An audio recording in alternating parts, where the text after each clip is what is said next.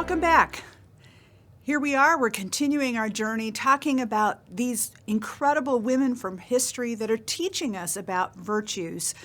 Really, some pretty uncommon women showing us what it's like to live the holy life, to become more and more like Jesus Christ. You see, every one of us, we are invited in to a journey in which we are transformed into the image and likeness of Jesus Christ. Holy Jesus Christ. You know, this idea about holiness, it's not just an optional plan for some. It is the invitation for all. Jesus invites us all. So today, we're going to take some time to look at a woman by the name of Gorgonia. And interestingly, you already met her mother last week, Nona, and her older brother, Gregory of Nazianzus. So they're all from the same family. They actually have another brother, Caesarius, and this whole family, they're just such a fascinating group. Now, this is the Friends family, and their mother, again, invests so much into these children's lives. One of my favorite stories from this family is actually about the brother Caesarius, who goes on to Alexandria, studies to become a physician, and is hired by the emperor of the Roman Empire to be his personal physician, who happens to be Julian, that if you heard me talk about it last time, is the one that went to the university together with Basil of Caesarea and with Gregory of Nazianzus. Julian, who goes on to be called Julian the Apostate, because he ends up turning his back on this newfound Christian faith that's really growing across the empire. But he brings a Christian in to be his personal physician. One of the best stories is that he challenges Caesarius to a debate on Christianity, a public debate. Now, what's dangerous here is that Caesarius is very good at these kinds of debates as well. So he and the emperor debate publicly, and the physician wins. And interestingly, it's Gregory of Nazianzus, his older brother, who writes, "How in the world did anybody think that they could win a debate against Caesarius, the son of Nona and Gregory?" In other words, he had such great respect for his parents and the training that they received at home and how it was placed into the kids' lives that he thought, how could anybody even think that they could out-debate them regarding the faith? So just imagine, into the same family is born a girl, Gorgonia.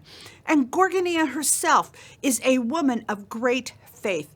She is compared, not really even compared. He says, if you look at the woman of Proverbs 31, she is just the shadow of my sister Gorgonia, who is the statue itself. In other words, she is even more to us than the woman that we find in Proverbs 31. So therefore, her virtue that we want to talk about is prudence. And she is a woman that knew how to practice. She worked hard. She was diligent. So if you want to use that virtue of diligence, she knew how to be responsible with her activities. Also, one of the words you saw in there that we referred to her as being sagacious. She was wise. She was like a sage. And it says that she would actually sit at the city gate and talk with the men of the city. Now, you have to know that's not normal for a woman. But this was a woman who didn't allow any of the barriers of society to stand in her way to become everything that she believed that God wanted her to do. So she would discover what things she needed to do that were prudent for her to become everything necessary in terms of following Jesus Christ. And that becomes the question for all of us when we think about the virtue of prudence. It has to do with our daily lives. It has to do with the work that we do. It has to do with how we engage with this world.